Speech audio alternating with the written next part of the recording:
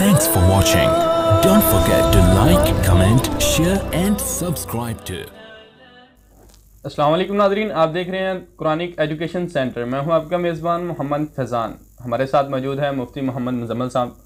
آج ہم مفتی صاحب سے سورہ اعراف کی فضیلت پوچھیں گے. جی مفتی صاحب. بسم اللہ الرحمن الرحیم. السلام علیکم ورحمۃ اللہ. وعلیکم السلام. اللہم صلی علی سیدنا و مولانا محمد وبارک وسلم. جی تو معزز سامعین، آپ سب کے علم میں ہے کہ ہم قرآنک ایجوکیشن سینٹر کے پلیٹ فارم سے جو ہم نے سلسلہ شروع کیا ہے وہ ہے قرآن مقدس کی صورتوں کی فضیلت. جی جی. تو آج ہم جس صورت کو ڈسکس کرنے جا رہے ہیں وہ ہے سورۃ الاعراف. یہ ترتیب کے اعتبار سے قرآن مجید کی 7ویں صورت بنتی ہے جی. اور یہ مکی دور میں نازل ہوئی ہے. تاریخی اعتبار سے یہ بات کنفرم تو نہیں ہے جی، لیکن جب ہم اس کے مضامین پر غور کرتے ہیں تو پتہ چلتا ہے کہ یہ دور مکی میں نازل ہوئی صورت ہے. تو چونکہ یہ جو صورت ہے سورۃ الاعراف، یہ اپنے اندر بڑا وسیع مضمون رکھتی ہے. اس کے اندر کوئی ایک ٹاپک نہیں ڈسکس کیا جا رہا جی. اس میں نبیوں کے قصائص آ رہے ہیں، قصے ذکر کیے جا رہے ہیں. مثال کے طور پر اس میں حضرت لوط علیہ السلام کا قصہ ہے، حضرت صالح علیہ السلام کا قصہ ہے. اس میں جو ہے وہ حضرت آدم علیہ السلام جنت میں موجود تھے تو وہاں سے زمین پر تشریف لائے، وہ قصہ یہاں پر ڈسکس کیا جا رہا ہے. پھر یہاں پر قوموں کو، مکہ کی جو لوگ تھے مشرکین مکہ، ان کو بتایا جا رہا ہے کہ جس طرح پہلی امتوں نے اپنے نبیوں کی نافرمانی کی، نتیجہ کیا نکلا کہ وہ قوم غرق ہوئیں. تو انہیں سمجھایا جا رہا ہے اس سورہ مبارکہ کے اندر کہ اگر تم بھی اپنی اسی روش کو برقرار رکھو گی اور نبی صلی اللہ علیہ وسلم کی جو ہے وہ ان کے مشن پر، ان کی دعوت پر لبیک نہیں کہو گی، تو جس طرح گزشتہ امتوں کا حال ہوا ہے تمہارا اس سے مختلف نہیں ہوگا. یعنی عقیدہ رسالت کی بات ہے. اور ایک چیز اور، اس میں علامات ظاہر کی جا رہی ہیں کہ ان قریب اے محبوب آپ کو شہر مکہ سے ہجرت کرنی پڑے گی.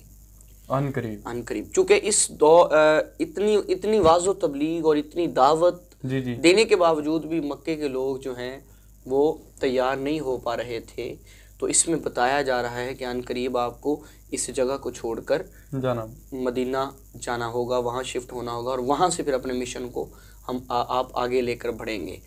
فضیلت کے اعتبار سے اگر دیکھا جائے تو نبی مکرم صلی اللہ علیہ وسلم کا ارشاد گرامی ہے، اللہ کے پیارے رسول فرماتے ہیں کہ جو بندہ سورۃ الاعراف کی تلاوت کرے، سورۃ الاعراف کی تلاوت کرے تو اس کے اور بندے کے درمیان اور شیطان کے درمیان اللہ ایک دیوار حائل کر دے گا.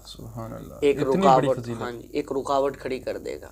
گویا اس کو اگر ہم تھوڑا ایکسپلینیشن میں جائیں تو ہمیں یہ پتہ چلے گا کہ شیطان جو ہے وہ اس کی طرف نہیں جا سکتا چونکہ اللہ دیوار بنا رہا. تو اس لیے شیطان اس پر اثر انداز نہیں ہو سکے گا.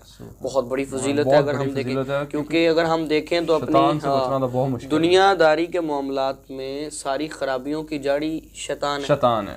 جب شیطان کو ہی آپ تک نہیں پہنچنے دیا جائے گا تو اس کا مطلب ہے کہ آپ جو ہے وہ اللہ کے راستے پر اسی طرح چلتے رہیں گے، شیطان رکاوٹ کھڑی نہیں کر سکتا.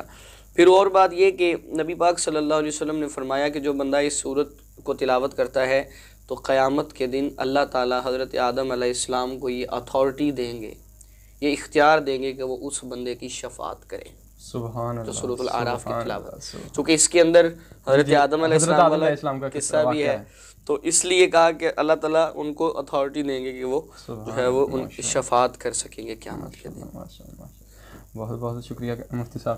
جی تو ناظرین، مفتی صاحب نے بہت ہی پیاری فضیلت بیان کی سورۃ اعراف کی. تو اس میں بہت 3-4 واقعات آتے ہیں تو ضرور اسے پڑھا کیجیے. قرآن پاک تو ویسے پڑھنا چاہیے کیونکہ ہم مسلمان ہیں. تو ہم اگلے سوال کے ساتھ پھر حاضر ہوں گے، تب تک کے لیے ہمیں اجازت دیجیے. اللہ حافظ. Thanks for watching. Don't forget to like, comment, share and subscribe to